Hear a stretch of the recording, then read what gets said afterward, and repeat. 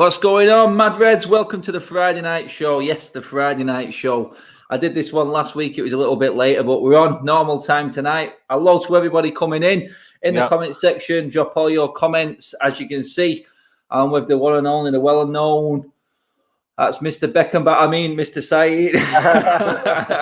Realist 187, Saeed, my sidekick from United Stand. How's it going, mate? You good?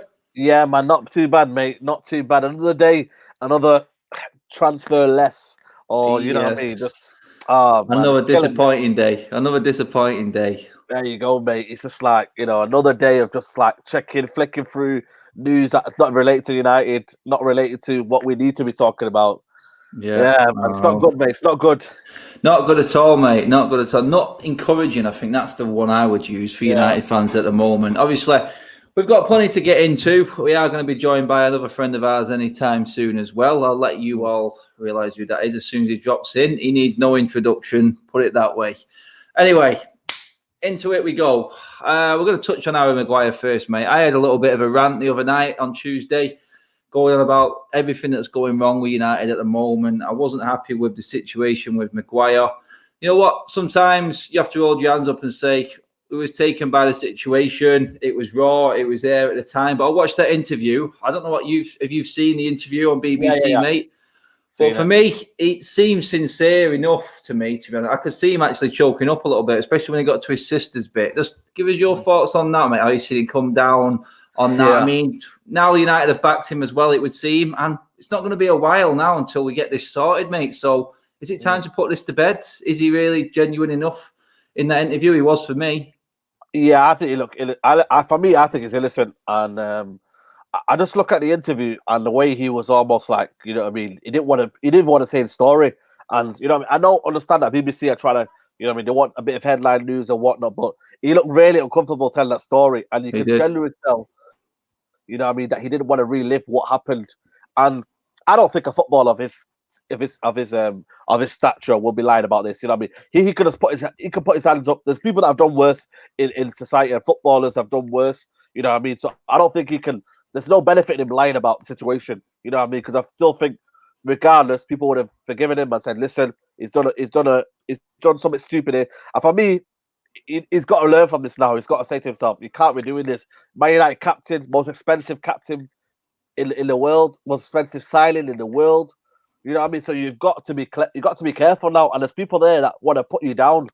There's a lot of people that are in society. You know what I mean? I could understand that, because nobody will touch on it again shortly if he comes on. But there's a lot of, when you go on holiday, the police, especially abroad, you know what I mean? They're very, very tense, man. I don't know what it is. I don't know if it's a perception of us Brits or whatnot, but they're very, very like, I don't know. There's not much leeway here, especially we always talk about our police and say, "Oh, they're doing this wrong, this and that wrong." At least they don't make you feel uncomfortable. And I feel like that kind of, that lad's behavior, that lad's on a night out, you know what I mean? That lad's kind of macho lads, you know what I mean? Maybe that kind of perception and stereotype. The police have played on that, and ultimately they've caught him, and they said, "You know what? You're getting nicked, mate. You know what I mean? Enjoy what you're having now in a minute, but you're getting nicked." And then obviously now the rest is history. But I believe he's innocent, and I feel like we need to move on. Let's respect our captain. Let's move on from here, and let's get the saga out of the way. Yeah, man. It's like Daniel Luciano says there. He said he genuinely looks shaken up. I mean, you would be if what happened did happen, especially when it comes to family members. I mean, you touched on it there, Sai, the whole mentality about Brits abroad again, isn't it? It's not just footballers, it's the fans, it's everything that's involved with the fans. I mean, remember the scenes in Rome with the United fans in the stand? Yeah. We were getting battered to a pulp there, but it's just the way it is and how it's all looked upon. Yeah, exactly the same, man. Exactly the same. One man I won't mind being alongside when it comes to a ruckus is this guy. I think it's the only guy I've seen outside Old Trafford who's actually taller than me. And that's our man. There he is. What's happening, buddy? Are you okay, mate? What's going on, boys? We're good, mate. We're good. We're just touching on the old Brits abroad and Harry Maguire saga at the moment, mate. Good to have you on. Did you see the interviews, Noureddin, mate? What do you make of it all? Seemed genuine enough to me. He looks pretty shook up, in all honesty, like Saeed said. Yeah. We called it already. If you watch the United Central, those of you who follow Saeed, we watched it. I called it already. I mean, I was having a laugh with it to begin with.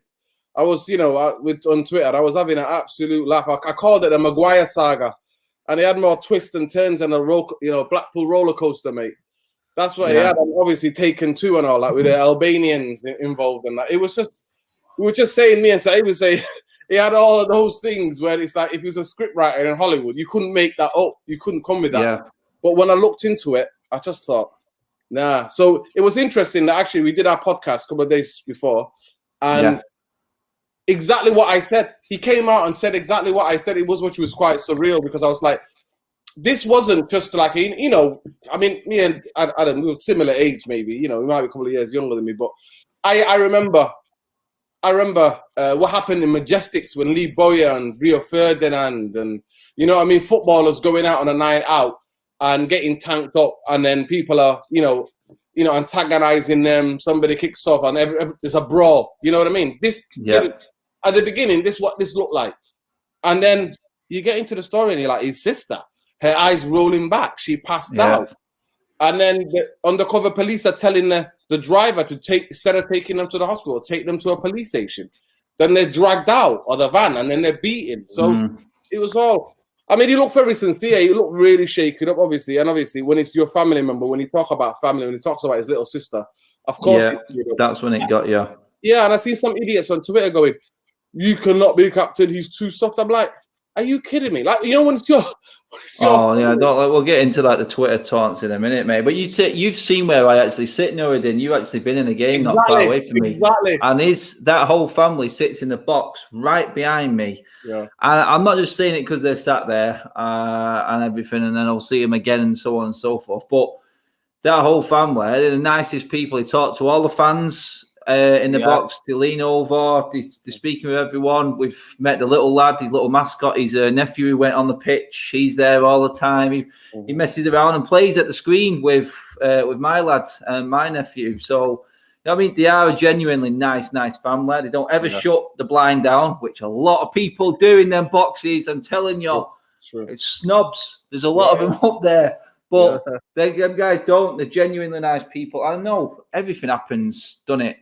So when it all kicks off, with this family involved, you have no control. You can be the nicest guy in the world. And if it kicks off with your family members, I'm sorry, you've got to dig in and you've got to help your family out. And I'd give him a guard of honor if that was the case. My only issue I had was the bribe. He's come out, wholeheartedly denied that now. So I can't say he's got a trial. Me and Saeed said it a minute ago. I think we should put it to bed. It's going to be maybe 2 years before this trial comes back. So retired by then. I know he might even not be at the club by then. So is it something that we should be worrying about now? Actually, what the funny thing is that they dropped the charges of guilt, so he's not guilty. There you go. Yeah, he's not guilty. I mean, I explained it. So I went on a little bit of a tirade explaining how different legal system in different places work. And I know about Greece because I got friends who are Greek. You know what I mean? This is not a disparaging thing about Greeks because police are corrupt everywhere, bro. Legal system is corrupt everywhere. So the idea, I think, is one of the biggest stick chops because one of the things I read about his statement, he was saying that like your career is finished and they're kicking him in the leg. All of this. And then 1 minute, I heard the prosecuting lawyer, he said, these young police officers are shaken up. Harry Maguire beat them up. They didn't even know who he was. I'm like, I'm like, come on now. We live in 21st century, right? Where footballers, he plays for the biggest club. He's the captain of the biggest club. Biggest club in terms of global fan base. And you're telling me that you don't know who Harry Maguire is when you know during the season in May when the people are going on holiday in every screen there's Man United and I've been happy to Turkey, happy to. Yes, Man United. The fake shirts. Yeah, fake shirt central. They all know who he is. There was another comment actually touched on it there in the prosecution saying if Harry Maguire actually said sorry, this wouldn't be happening. I mean, that is like the most ludicrous statement you can ever think of. It's like, why would he if he said sorry, he would be admitting a crime if he said that. So what if he's got nothing to say sorry for? It does not make sense how you can base a whole action in court not happening on one person saying sorry and admitting to doing something wrong. It's like a massive sort of 360. It's like, what's he saying? What have we got here? And I think it was Simon Jordan on Talk Sport said kangaroo court. Literally, it's a kangaroo court. That's what it is. And all of a sudden, they've speeded this through in one day, and now it's been taken seriously. We're not going to see him for 2 years. So, this is what I'm saying to you, and I was making clear that on the United Central, we don't want to disparage the Greek people, and we don't want to disparage their legal system. We see it here: judges letting guys who are drug dealers just because they're in university, they get off and they're from a certain background. We already know what happens here. Let's all remember, it's and like you said, Noradin there, because I think every country in the world has got a backlog of court cases at the moment because of coronavirus. So that is probably a big part of what's going on. But the way they tried to rush it, it was it's weird. I knew that was funny because I was like, and the guy said he has to apologize.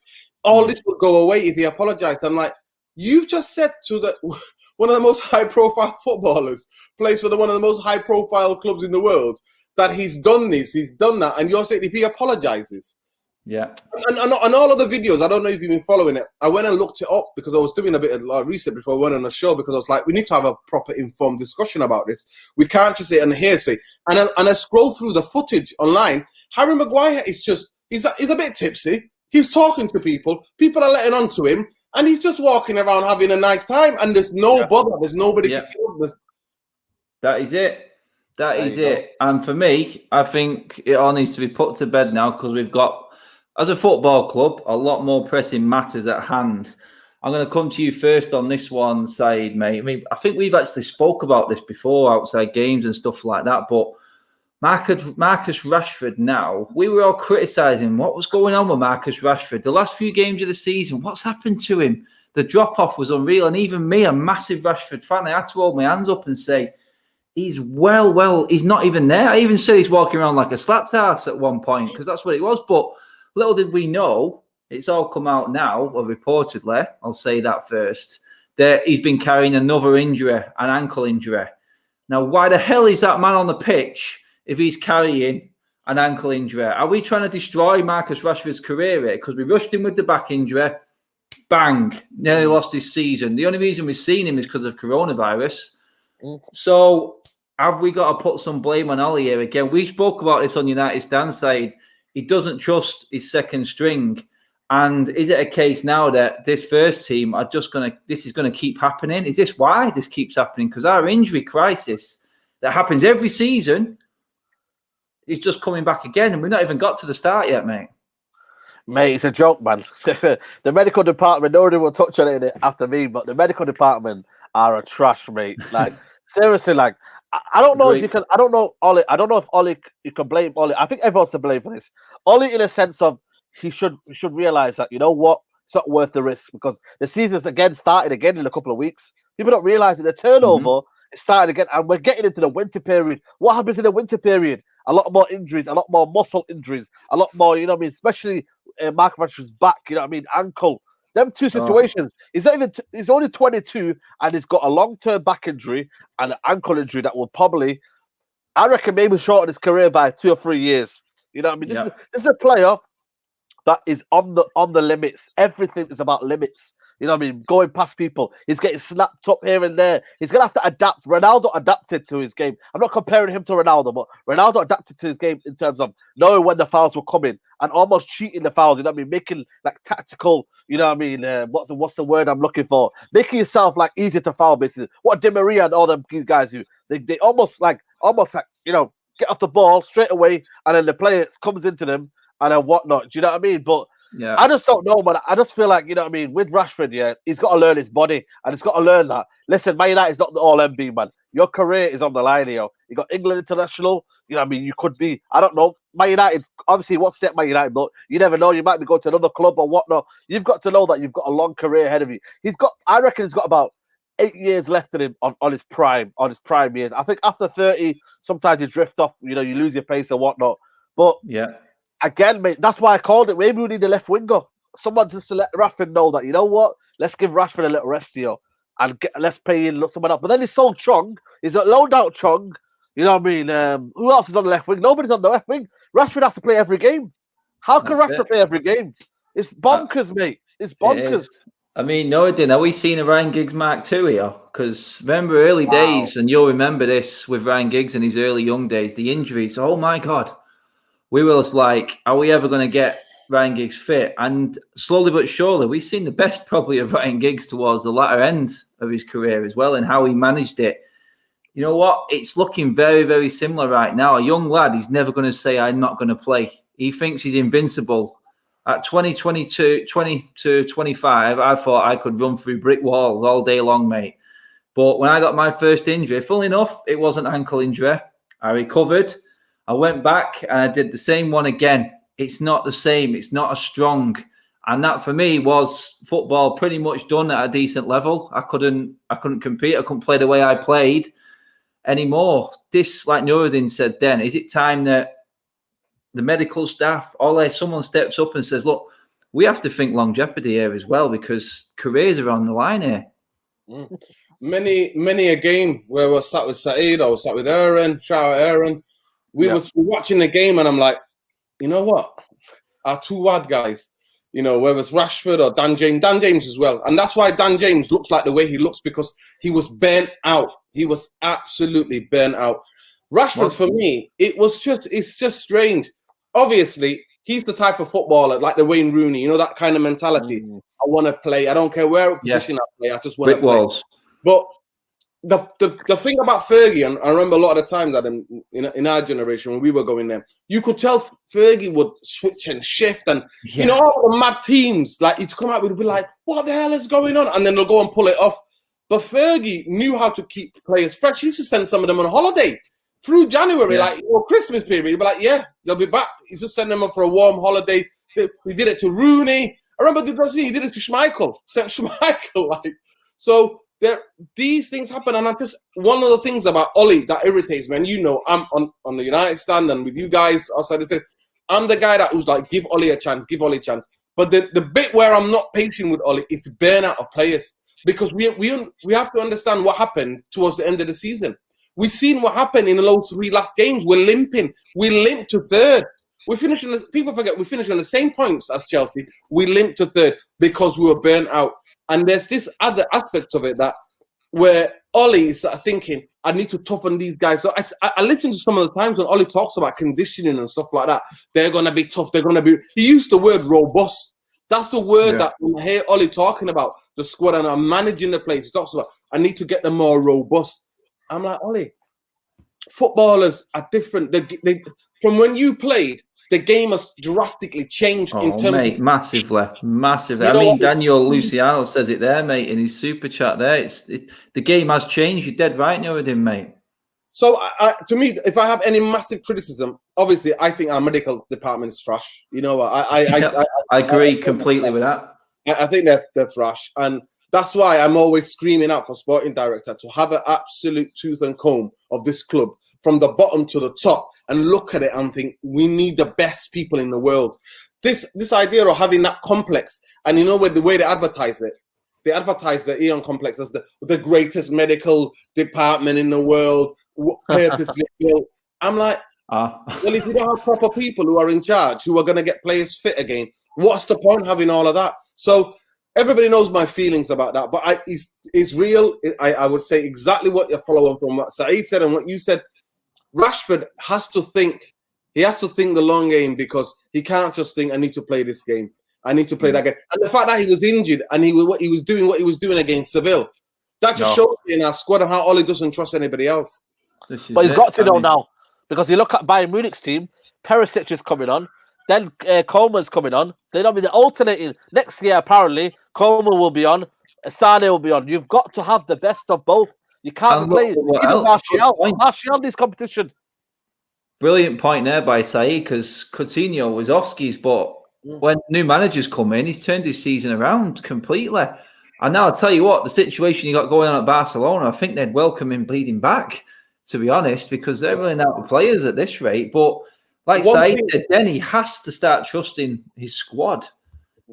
Well, one thing I would say, they were all on the creatine or whatever they were on. If you looked at the photos, Yeah, I know. photos of how they looked before, they gave them some German stuff, mate. They were. Mate, I tell you what, Mate. They were on it. I seen Alcantara's eyes on the sideline. You know what? It looked like he was wired there. The whole bench looked wired, mate. Never mind the pitch. There was some Steiners going on there, German style, mate. I tell you what, they were dropping something in them. I'm telling you, honestly, I'm telling wired.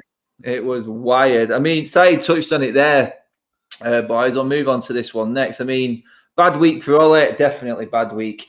He's not come out and said anything. I think he's thankful that he's not actually in that stage of the season where he's on press conferences a lot, because we all know this is where he sort of stumbles a little bit. Yeah.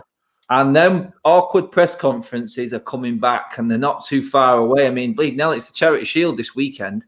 So it's not a million miles away. We officially know that we're going to have no new players for the start of the season, because if we bring anyone in now, they're going to have to self-quarantine unless we buy anyone from this country.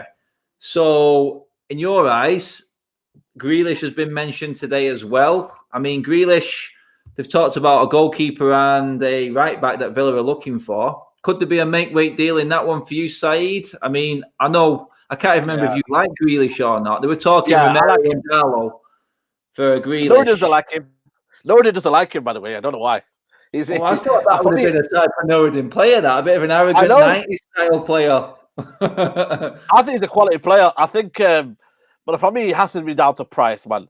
But at the minute, though, is it a case of just getting the signing in? You know what, yeah? I wouldn't be bothered if we bought him for 80 million, you know. I really wouldn't. You know why I say that? Because I just want to see a signing, man. The club needs a signing. I take anything, guys. I take him on an 80 million deal. But the problem is, the board don't have the knack for this, mate. They are not going to do this. The board are haggling over Sancho, yeah? 85 million plus installments. Just play the 120 million. Literally, go and pay the 120 million that you are robbing us every day. That you have took out 1 billion out of the football club. They've took out 1 billion out of the football club and not invested.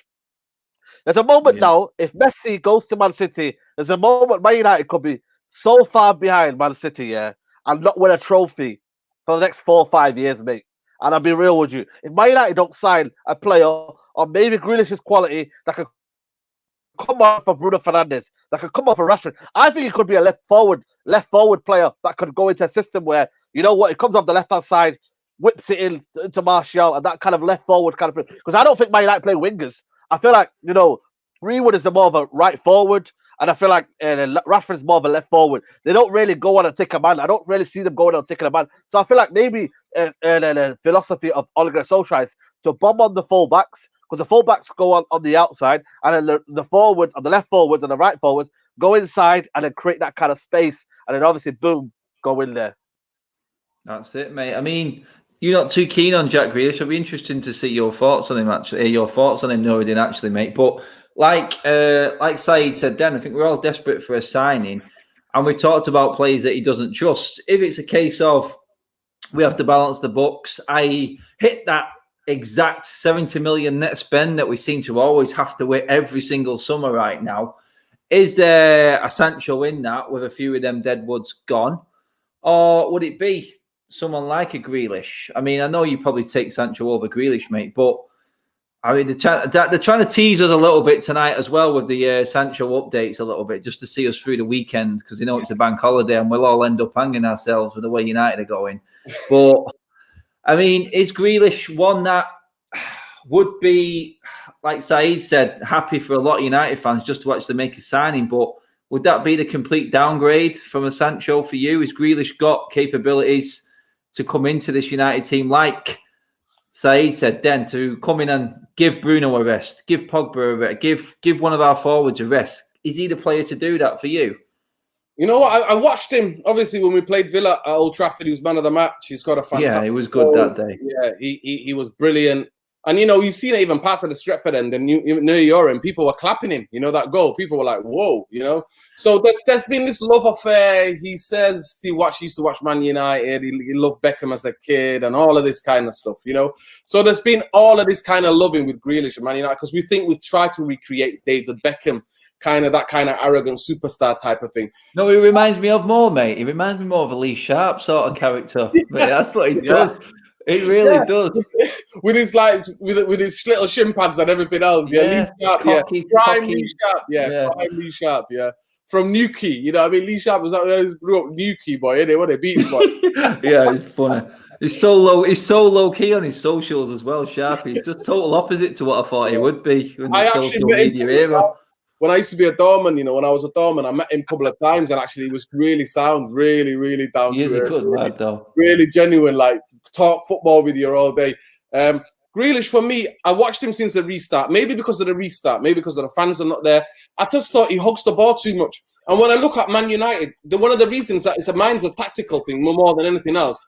At Villa, he holds the ball, right? And I know a lot of people are getting at me on Twitter when I've said, actually, I'd rather have Van der Beek. When I watch Van der Beek, right, I've never watched him live, but when I see him on a television, I see he can play in 3 different positions. He can play as a number 6, number 8, and also as a number 10, but not as a passing number 10, more of a goal scoring, arriving late in the box, kind of, and his finishing is second to none. And another thing is that I just think football, Ole's a young, experienced manager.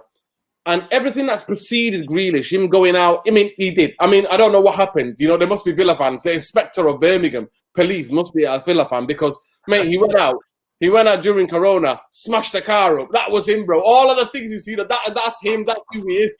I'm just thinking, do we need... That reminds me, that the fans there that you said that just reminded, going completely off here, but I remember Kieran Dyer's story in Newcastle when he smashed his car up. And the police were on the way, and you know what? The Newcastle fans were there. They got to him before the police, and he said, "Run, do one now, and we'll take the blame for you." This is what crazy fans do, man. And you know what? We get carried away sometimes, but there's certain players there that we will not say a bad word about or think are the be all and end all. But at the end of the day, you've got to have the right orchestra. What's the word? The guy at the front of the orchestra. You've got to have the one. And you said it starts from top to bottom, doesn't it? That goal, Adam, though, that goal when he came in Old Trafford, mate. We were right behind that. We were right behind it. Was that the game you was with me, Noureddin? Was that the game? Yeah. No, I was in another game. And you know, I forget, Saeed, I'll tell you the truth. I was scrapping with a guy that Adam knows. Yeah, he was. I was just like, about Luke Shaw, because I was like screaming. I was like, Luke Shaw needs to get up that pitch. He was just the ball, and he's just so frustrated, like the slug he was. And this guy someone says to me, Luke Shaw is not their problem, son. And I'm like, what? Mate, it was like he sat near me one time. So he sat near me one time. Saying, I'm like, oh, it's Noureddin. And at the end of the game, I'm like that. I'm like, oh, fucking hell. You know what? I felt really embarrassed after that game. You know, because I lost my temper. Like when we go to the football, I was watching Luke Shaw, and I was just like, come on, you know what to do. We can all see. Get up the pitch, give a bit of balance on that left-hand side. And afterwards, I felt really embarrassed, honestly. It's one of the first times in recent years that I felt really embarrassed. I was like, I was effing and blinding in front of kids. And I felt ashamed. And I was like, you know what? That's when I was like, I put it to myself, or save it for the fan cams.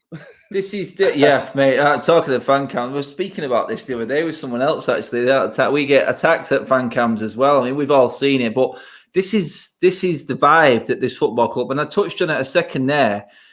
The fans, when they've got something that they believe in, even if it's not right, and we know it's not right, and you have to sort of split things down the middle. You have to look at it in perspective and look at it from everyone's point of view.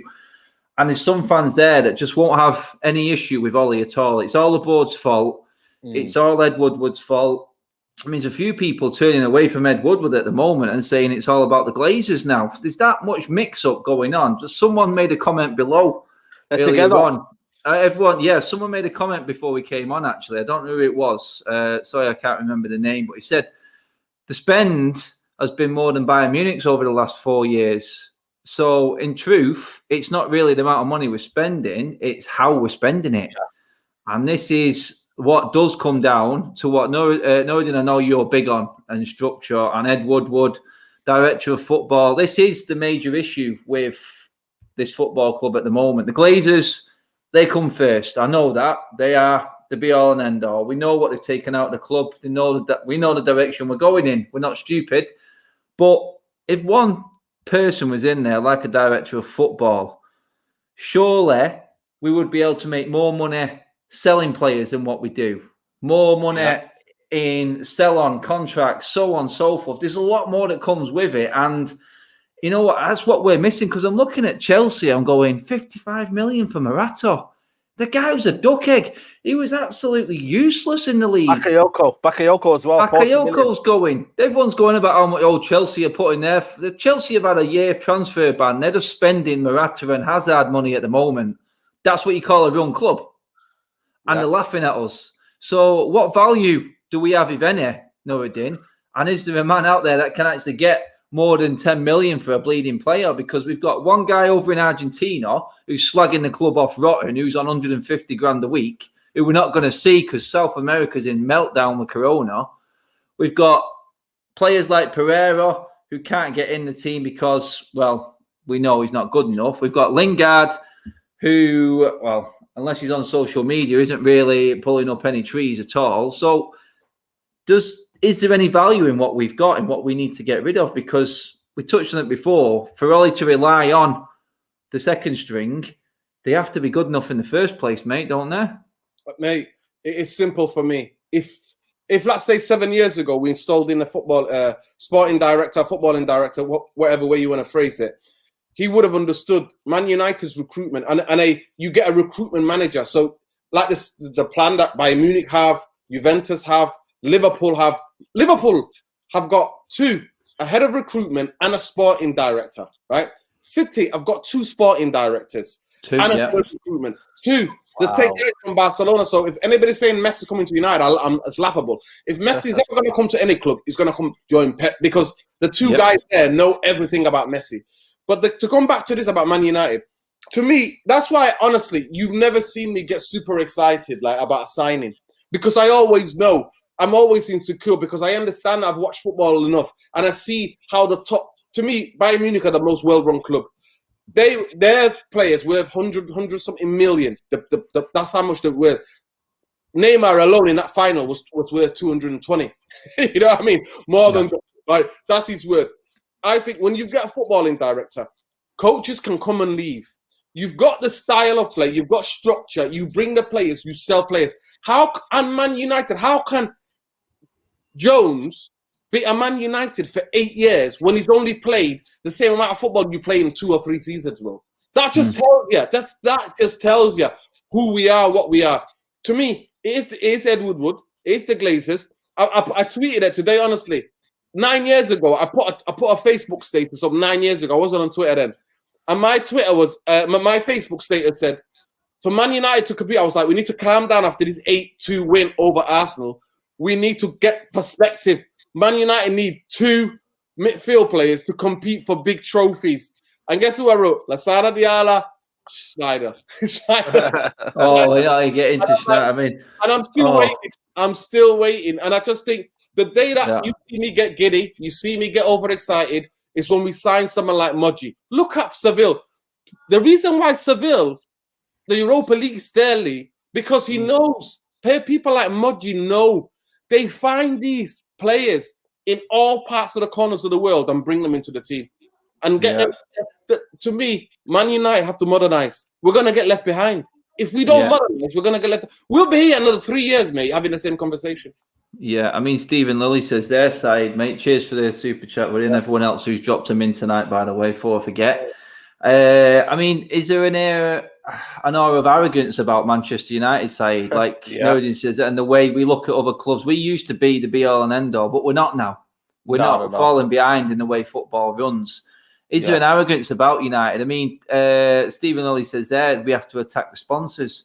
I mean, the problem we've got is we've got a manager there who will just say what the owners want to say and what Ed Woodward wants to say. We're looking at progression. We've got to third now. I think we kind of shot ourselves in the foot this season by getting third, because there's only one place to go next to improve or look like we are improving, and that's the top 2. So we ain't getting anywhere near them because City have already spent, 140 million or something like that on players. They're already strengthened. And you know what? I don't think it will, but if the old Messi thing does turn around, then I'll give up completely. Absolutely, completely. But the arrogance bit side is what I wanted to get your opinion on, because we just don't look like we want to change. No, I think we're an elite club by name, but not an elite club by how we run. And that's very, very sad, man. You know what I mean? I always put Man United at the top of the pedigree, man. Do you know what I mean? Sorry, man, I've not got enough money, mate. Yeah. Shout out to this guy. I wish I had the money, mate. You know what I mean? One day, mate. He's done it on FIFA, mate. And I tell you what, we've won everything. Yeah, we've won everything, mate. Don't worry. You know what I mean? But yeah, man. I just think, you know what I mean. I really think, even if we bought Sancho, which I think is still unlikely because he's enjoying himself at Dortmund. Man. I'm looking at the pictures, mate, and I'm thinking, is that a player that wants to leave? Is that a player that wants to go to Man United? Doesn't look like that to me. And I know things can happen, and I know things behind the scene could be, we just got to wait until the money comes, and then if you go, then you go. But Man United, for them to compete next year, honestly, mate, we need around about four players, mate, of quality, mate, to be nowhere near top four, mate. If we don't even get them for quality, mate, I'm telling you right now, mate, and I'm going to have to agree with Nuruddin, mate. I don't think we're going to get top four, not even top five, mate. I reckon top six, maybe. Because what you'll realise is the games will come in thick and fast. In the periods of when we're Champions League football, we've got Wolves, I think it's apparently Wolves, Leicester, Southampton away, I think it's something like that. Them games here are going to be coming thick and fast. These Southamptons and all that, they're playing once a week, guys. Yeah. Once a week. Imagine Southampton have got a tactical mass. That manager is very, very tactically astute. Imagine you saying to them, listen, I want you to press them, guys. They're tired. Go press the life out of them and win the ball in their pitch and score the goals. And they will do that. And then teams will play once a week. The cup final. When you go to West Brom away, it's their cup final. They're going to give everything. And at Man United, they're going to have injuries here and there. And then you're going to have to bring in Lingard. And then you're going to have to bring in, what's it called, Pereira, McTominay. Players that are not match sharp. They're not match fit. And then say, you know what? Put them out there. Then you hung them to dry. And that's the problem with what's going to happen this season. There's going to be players that are going to be hung out to dry. There's going to be a manager that's going to be hung out to dry. All because of who? Ed Woodward and the Glazers. Not backing a manager because they're happy where we are right now. They're in top four. The sponsors are gone. Adam, you know when you told me that day when we sat outside, was in Peace Express, and you said to me, you know what? I wouldn't mind being relegated. Maybe that's a point, because then the club resets. Maybe the club resetting then. I don't know, man. I'm trying to, you know what I mean? It's a shame, man. It's a real shame. It is what it is. I mean, Prem Prodigy just did the super chat there. Cheers, mate. Nuruddin. He's saying we're always going to be a team battling for fourth now. It just feels like the new Arsenal, doesn't it? It really does. Yeah. But, I mean, for us to, let's just say, for the sake of it, we're not going to lose the Glazers. It don't look like they're going anywhere. Although a lot of people would say, you know what? When you're looking to sell a business, you really don't invest a lot of money. So I'm clinging on to that dream hope. That's still there. But if there was a way for United to turn around and challenge City and Liverpool again, is there anyone, I'll probably come to you as well on this one side at the moment, is there anyone out there, and I'll structure this for you actually. I'll go, first of all, director of football, then I'll go manager, and you can stick with or do whatever you want with it, and then I'll go 3 players, game changers. And I need you to think about this as well. I already know. For me, Modji, there's a guy actually, he's from Manchester, and I forget his name. He's from Manchester. He's a Leipzig sporting director. Something Paul Mitchell. Mitchell, that's it. Paul Mitchell. Modji, to me, Modji's one of the best. When I've watched sporting directors I've seen, I thought, who is the most savviest without spending a big box? And we already know the Glazers don't want to spend a big box. They did spend. To be fair, they did spend when Van Gaal was there. They spent a bit when Mourinho was there, but they spent it on the wrong managers and at the wrong times and the wrong quality as well. So to me, you get a footballing director who knows what he's doing. He's got the contacts. You can move out the deadwood, and that's what I'm saying to you. One of the biggest things why I was a support of Ole is the fact that Ole has done things that players that didn't want to be there and players that we knew we needed to get rid of, right? Yeah. Sporting players. Obviously, we got ripped off. The same thing about Hackling. But to me, we need a left-sided centre half who's got a bit of pace. I mean, this kid in Monaco is 19. You know what I mean? He might be, you know, way our future FC in it. They'll come good in the future kind of BS, right? You know, or for me, and then we need a kind of someone like Van der Beek or a Jack Grealish. Like, I've got nothing against Jack Grealish. I just think for the money that Villa are asking for, it's ludicrous. But at this moment in time, like Saeed, I will sign anybody, right? And then Sancho, for me, will take us to the next level because the fact that when you can rest Greenwood and Rashford, and you know Rashford already is injury, if you've got someone like Sancho's quality, you're going to do bits. But then I also think, even though this is like unpopular opinion, you might need some of the likes of Brooks if Brooks finds his form again. Because I actually like David Brooks. He's got this. No, I'm talking about somebody to come up. I'm not talking about a starter. We need a midfielder that's going to be a starting quality. We need a right winger who's going to be a starting quality, and we need a centre half that's a starting quality. But we also need people who are better than the people who are on the bench, because we're going to have to need to build a squad. At the moment, we've got, what, 30-odd players registered? That's the problem. Right? So we need to clear out a lot of those. And if the first job, someone like Mudgy would be, or Paul Mitchell, is to clear the debt, clear the wages, then you can bring people in. Now, they clear the wages of Sanchez. You know what I mean? That's gone. You know what I mean? It's clearing the wages so that you can bring other players in. Man United are only second to Barcelona in terms of the money we pay your players. That's scandalous. 300 million. Last year we paid 300 million in wages. That's scandalous. Noreen just touched on it there. We're talking about clearing the Sancho wages side, mate. But in terms of goalkeepers at the club at the moment, they're taking up nearly 600 grand's worth a week. Now we've signed up Henderson. I'm looking at him going, Mo Salah is on 200 grand a week. We just signed our goalkeeper who hasn't kicked a ball for United for 120 grand a week. And I know he's had a great season, Henderson, and I want to see him fight against David De Gea and see if it can make David De Gea better again. But my God, who again, it comes down to it, mate. So is there any sort of structure in place there, players out there right now that change this for United? Because it feels like players are going to come to United because they're getting a wage again. And that's why we've got the type of player we've got. I know. That's why I'm worried, mate, because the wages for me, it's nothing new, mate. I know. It's nothing new for me because the club have always done that. The club can only pull now through wages, not by name, not by manager, not by system, not by structure, not by the project. It's by just giving the best wages. Sanchez came, let's be honest with you guys, because of the wages. A lot of people, De Gea stayed now because of the wages. There's a lot of players that right here now, even when you look at Paul Pogba, for me, I'm sorry, but sometimes I'm like, yo, listen, what's he on? Nearly 300 grand a week. I'm like, bro, like, seriously, there's a lot of players in this club here that maybe they're ambitious of themselves and thinking, you know what, I'm getting good wage here. I've done what I needed to do in my career. I'm just gonna have a wage here. Phil Jones again, another 100 grand a week. Oh, but yeah, exactly. You're talking about transfers there, Adam. Yeah, but we're not even linked with anyone. That's my that is my worry.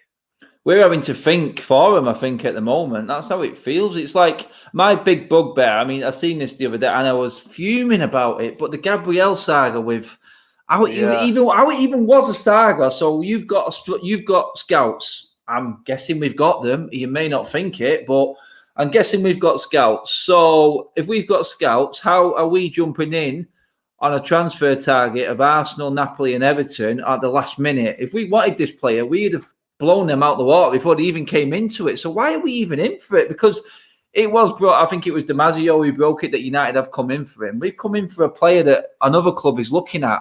Yeah. Do we have a system in this scouting? I mean, Solskjaer said, and he was trying to take praise for it at the time, and I found myself laughing inside. He said, we were scouting Bruno Fernandes for months and months and months. I went, guy, the guy was pulling up trees for over a year. His stats speak for itself. There's no scouting needed. We know what Bruno was about. So let's not even give the scouts credit for that one. You know what I mean? The only thing you can take credit for is the fact that his mentality and his leadership mentality that he's brought is what we need. I'll give him that. He's trying to say that, but my God, what is it with this system that, I mean, Nordin, I've got no hope at all in our scouting. All I'm hoping for is, in the end, that we get a player like Bruno who comes in who just wants to play for United. I like the way Ole has worked with his first few transfers, but right now, the way I'm looking at it, I'm going into the new season with exactly the same squad, which is deteriorating now because will Pogba be ready now after contracting coronavirus? Get well soon, Pogs. Rashford's ankle injury, how long is he out for? So, I mean, Nuruddin, are you confident for the start of the season? They're saying 3 weeks for Rashford, a month, they reckon, he's going to be out. Seriously? Pogba is going to be quarantined, self-quarantined for 10 days. So it's about how, if he's asymptomatical, if he's just got the symptoms and he's not actually ill, then that means he can still do some workout at home and he can train in a gym. You know what I mean? Yeah. Obviously, he can't use a personal trainer. He's got to do it by himself. He's got to train by himself. He can do it by a video link. But if he's ill, then you're adding another week and a half to that. So you're adding another 10 days for him maybe to recover and then to be up in training. So we already know those two are out. And when those two were out, that's the last time the Glazers spent some money. We had those two out and we had McTominay out. So that's what going to take. But for me, let me give you something, right? I know somebody who was really used to go drinking with a lot of the Man United scouts. And in terms of one of the chief scouts, the guy who was all the information used to come to, he talked about, he wrote a letter, actually, this came out a couple of years ago, about other players that Man United, and he spoke to Woodward, and Woodward were like, you know what, see you later. And he was quite disparaging of Woodward and the way how all the information was collecting. They were all fobbing him off, saying, listen, you don't know what you're doing. The game's changed now. We've got guys who can do it by numbers and all of that. We've got a scout. But another scout came out. Alphonso Davies, Bayern Munich, and Pulisic of Dortmund. Manchester United scouted them almost 7 or 6 years ago and said to him, this is before he joined the policy, before he joined Dortmund. Alphonso Davies, before he came from Canada to join Bayern Munich. They were scouted. Ed Woodward makes the footballing decisions at our club, whether we like it or not. Matt Judge is there as just a cover, like he knows anything as well. There's that famous story of, I think it was the kid that played the right back for Dortmund, who's going to Inter Milan, who belonged to Real Madrid. He was in London because Man United have got the offices in it, you know, that office in London where they do all that kind of sponsorship, sit down and that. You know what I mean? In Mayfair, the office is in Mayfair. And Powwow, Powwow Centre. Exactly. The guy came. Matt Judge was like, so what position do you play? Are you kidding me? What we'll talk about research. We talk about you're going to meet a professional footballer. You're going to meet his representative, and then you're going to ask him what position you play. So it shows you we've got people who are making football decisions, and the only reason why Ed Woodward's got the job is because he helped to take over, hostile takeover of Man United, and strangled it away from the shareholders and what Man United used to belong to. I live just right next to the business school near the universities. One of the big shareholders was the business school and Manchester University, who used to be big shareholders of Man United. We know why Ed Woodward was there. And also, I want to bring to the attention of the audience, the Glazers paid out 70 to 80 million in dividends to each other. The sister, the brother, sister's got nothing to do with the club. It's the three brothers who are mainly involved in it. She got 50. She uses Manchester United as a leverage to get more money for her own business. Yeah. And then the key thing that I was reading is that the directors and the CEO of Man United, the dividends was 90 million. So 90 million spread out between Red Woodward and some of those other directors. Yeah. And Ole is going to do what Fergie did. Adam, you were there in those press conferences, watching it with Fergie, talking, saying there's no value in the market. He was doing it for 10 years, covering for them. But the difference between Fergie and Ole is there, bro. Fergie was a genius. Fergie could really rub a rock and turn it into a player, bro. Like he really could. Yeah. And he could polish the turtle, Fergie, couldn't he? That was what it was. But no, he didn't touch on it there, mate. So United have taken a £140 million loan out from the government to cover all coronavirus and running costs for United. So does that mean that all them directors all these dividends, all these money going out. Is that where our transfer kit is going, Saeed, mate? It's got to be going somewhere, pal. Because if that's covering the running costs of the club, then and who's paying that loan back? I tell you, who's paying that loan back? That'll be us when we start coming back to watch football again. Yeah, and we've had a year break, and they don't have to pay anything for a year. That's how that's going to be paid back. I don't know, man. I feel like, with the money, I just feel like there's something going on, mate. You know what I mean? And there's something going on where we don't know about, and it's really, really gonna come out soon. I really genuinely think. I think there's gonna be a scandal, mate. A scandal into the Glazers that we already know, but it's gonna come out, mate. There's gonna be a Netflix film saying the scandal of the Glazers, mate. You know what I mean? It's just, for me, it's pathetic, man. And you know what it is, yeah? Like, Bayern Munich and all these clubs, yeah. They show what their spend is and what their recruitment, how much transfers goes into whatnot. And they clarify everything for you. With Man United, you don't know where the money is. You're going on like we create the most revenue in match days. We create the most revenue in hospitality. You know what I mean? You see people coming in, suited and booted, paying so many grands and grands on a table or whatnot. You know what I mean? The multi-million-pound business on a match day is absolutely crazy. The megastore, I don't know, for God forbid, how much is spent on a match day in the megastore. You know what I mean? Shout out to everyone. Mate. Everyone's got their own right to do what they want, but you just got to look at it in terms of how the context here. You know what I mean? The ticket values. You know what I mean? The way hospitality. Like, there's a guy, yeah, who's one of my mates, yeah. He plays a hospitality ticket, yeah. And what he is, yeah, with the hospitality ticket, he's allowed to get the away games. He's allowed to be first-hand pick on away games. He didn't even get any of that because what happens is people paid extra money to pay for the away tickets. And so basically, the more you pay, the more you get. You know what I mean? And I was like, wow, man, that is what's happening at Man United, mate. There's a lot of things that's happening behind doors that people don't realize, and the way they do these kind of stuffs, And yeah, man, I'm looking at the transfers. I'm thinking he's happy. I think Ole Gunnar Solskjaer is probably saying, you know what, I'll have to take this squad then because they can't sell anyone. We have no people of value to sell. You're looking at, Ashley Young, we sold him for £1 million. What was the point of selling for £1 million? But the Glazers wanted a little bit of £1 million quid. Put it in their pockets. He had 20 grand each. Christmas night out, mate. That's what that was. Oh my God. Anyway, we're going to finish. Bruno money. Maybe that Bruno money was our signing then. Maybe that Bruno money that we in January, that was our money then, maybe. They did say that. Yeah. There was a statement, a rumor to be saying that the summer money was already spent on Bruno. That's part of the transfer because they were going to buy him in the summer. And they had to buy him as an emergency because of the injuries in midfield. So they had to buy him. And to me, that's what it is. And I just feel like, to me, the only way this can happen, and you can see what's going on in the world in terms of issues and stuff, people protesting, people getting out on the streets.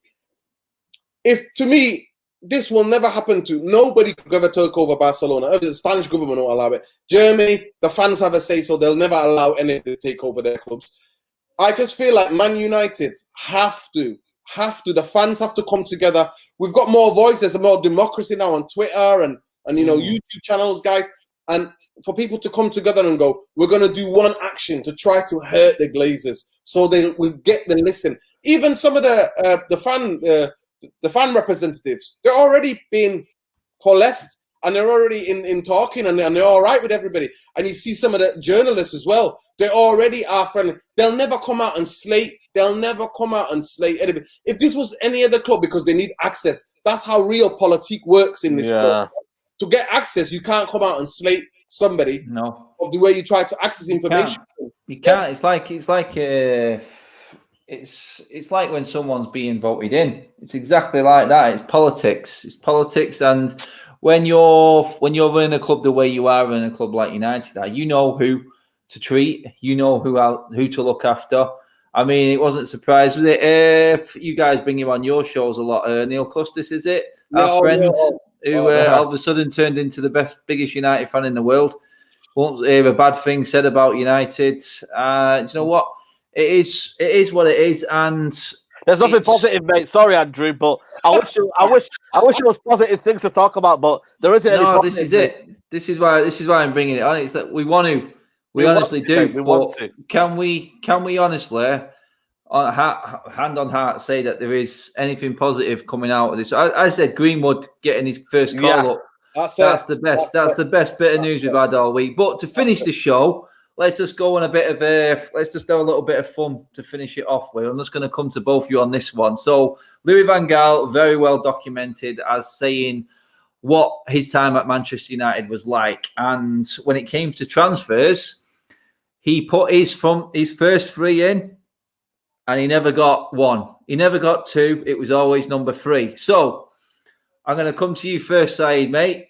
Yeah. Each position, I'm going to go forward, the midfielder, and the defender. I want to know who the number 1 would be, but who we are probably going to get. Okay. Just have a play with it, yeah? You know where I'm going with this one. Everyone else do it as well. We know what we need, but realistic head on, what we're going to get. Okay. Who I want? Okay. Van der Beek. I already know your free side before you've even spoken, by the way, but I'm going to see if you go along with it first. But yeah, number 1's in the bag. Oh, actually, I thought you would say Partey, actually, but... Well, yeah. Now, do you want my second one? Yeah, give me a forward. Forward for me, I would want Kingsley Coleman. Oh, didn't expect that one. Defender? Defender, I want, you know who I want, mate? Koulibaly. Yeah, Koulibaly. Okay, let's go back, reverse that. So we want Koulibaly. Who are we going to end up getting? That guy from Swansea. What's his name? Oh, yeah, that's a good one. That kid. Yeah, the comments will come up and clear it up in a second. Who are we going to get in midfield, mate? We'll get Brooksy. Brooks. I know. I was waiting. Prem's just pulled you out there. Roden. That was the one. That's it, Joe Roden. The ones there. Right, good. I love the comment section. It always pulls me out the shit. Yeah. And the forward? Kingsley Coleman, but who are we getting? You know what? I'm trying to think, mate, and don't say it. Don't say it. We've already had enough from Bournemouth. Sorry, mate. Josh King. Josh King, mate. Oh yeah. We're gonna go 11, mate. It's like the new feeder club. We've got Eddie Howe's manager. Wouldn't be surprised if we've got Eddie Howe's manager. Well, I'm telling you, I'll hire Eddie Howe as a coach now to work with Ole. Oh, that's it. And he'll learn something. He'll learn a two from there. Nuruddin, give me yours, mate. So yeah, I'm similar. I think Koulibaly would have been brilliant. I think I said 4 players, but you said 3. But I think Partey, a combination of Partey and Van der Beek would have been brilliant in that midfield. And then obviously Jadon Sancho was the guy that we need on the right hand side. But what we would be getting, I think, maybe this kid, this Biot Bashvili, I think this kid who's playing at his name, Monaco. Yeah. Hero. I mean, he's been well scouted. Juventus scouted him. Real Madrid was looking at him, and he looks decent, but he's 19 years old. And that's a really tough position to play. And trust him to play that position at that age. Nobody really trusts young players to play that position at that early age anyway. So that'd be a risk. In midfield, Brooksy. Let's have a bit of Brooksy, mate. I like the kid, man. I don't know. I just like the kid. I like the kid because you know what? He does something different. He's left 40 million. You know what? He play on the left. No, I don't know about 40 million, side. 20 million. 25 million. They're not doing 20 million. This is not, they said 40 million or nothing. This is 25 million. At least you didn't say this guy anyway. We've got enough nightmares about that. No. That's Saeed's boy. Saeed loves him. Seriously, man. And then I think as somebody, what was it, Thomas, to cover that Thomas Partey role, we might be getting some just out of the woods, out of the blue, like somebody like, is it Decore or the other guy who played next to Decore? Because we can go shopping at Watford. What's his name? The guy who played next to Decore in midfield. I know you mean Capu. Someone like Capu. We'll get someone like Capu, and instead of Sancho, we'll get someone like Grealish for cheap. I'll take Decore, though. Decore's a good player. Box to box. Yeah, Decore is decent. I mean, he ran the game at Old Trafford. I don't really remember that against. I remember that game. I remember imagine Everton about to sign Allen, James Rodriguez and Decore. Listen, Crystal Palace have signed players. Crystal Palace have signed players. There's only us and Wolves now who haven't bought anyone. And Wolves already were doing, they bought a couple of players in January. Wolves already bought a couple of. To me, it's really interesting, that one there. Doherty leaving them to go to Tottenham. Maitland-Niles is coming though. Maitland-Niles is coming. Maitland-Niles is coming to Arsenal. Yeah, that's 20 million for Maitland-Niles. I mean, what is going on? How are we not on this gravy train at all with our players? I don't understand it. I can't remember the last player we got more than 20 million for who was actually not a first-team player. Everyone else seems to do it with ease. We've just got absolute clowns working for us. But yeah, I agree with both of you boys there. I mean, you're probably looking at what people would say, like Glory says there, Sancho for Douglas Costa. I would go near Douglas Costa if you paid me. Would not go near that guy. The fact that I didn't even know, our kid told me the other day, I think Mark picked it up on United Stand. He says he sent out, he posted out a tweet or made a comment saying he's had more MRIs than appearances. Exactly. Oh, what? You want him? God, I don't want him. He's on decent wages at Juventus. He never wants to leave. That's why he says it out. And also, it's interesting. So he said about Coleman, Kingsley Coleman. He's had terrible injuries. That kid, absolutely terrible injuries. So he's another injury-prone guy. And even when I talk about Brooksy, I like him, but he's had an ankle. Where's that injury-prone in Rashford? Rashford's injury-prone. You know, not even injuries. It's the worst thing. If there's anything worse than the Glazers, it's the injuries at United. Another thing to be positive about was to see Rashford after Mourinho robbed him of a World Cup. After Mourinho robbed him of the World Cup, was to see Martial back in the French squad. I'm so happy for him, man. True. That is a good point. Now, big up to Tony for that one as well. Well, guys, we've gone over. I can't even believe we've gone on for an hour. Wow. Mental. That flew by, boys. That was fun, that. But just before we finish, not like I need to, but just give your socials a shout out for us, lads, as well, for everybody, because you don't come on my channel too much. So all the usual subscribers can get on with you guys as well on the socials. Say, just hit them up on yours, mate. Yeah, at realist_187 on Twitter and United Central on YouTube. Thanks for having me on, mate. No worries, anytime, mate. And Nuruddin, hit me up, mate. What's your socials? That guy, Red Devil, man, for all your therapeutic needs, because I don't get giddy or panic or stress. I just post about how disparaging Man United are, and I just give you the real context. That's what I give you, the real context. That guy, Red Devil, for all your trolling internet needs. No problem. Therapy, not trolling. I don't troll, it's therapy. Yeah, that's it. Everyone, we went over, I think we were well over 4.5 with us on the show tonight, which is brilliant. Again, all the super chats, there was loads tonight. Man, I've go through and pick you guys out in the comments later as well. There was too many comments for me to keep up with them, but do give the video a like and a share when it comes up on the channel later, people. Do subscribe if you are watching for the first time. These shows are only going to get more and more interesting, believe me.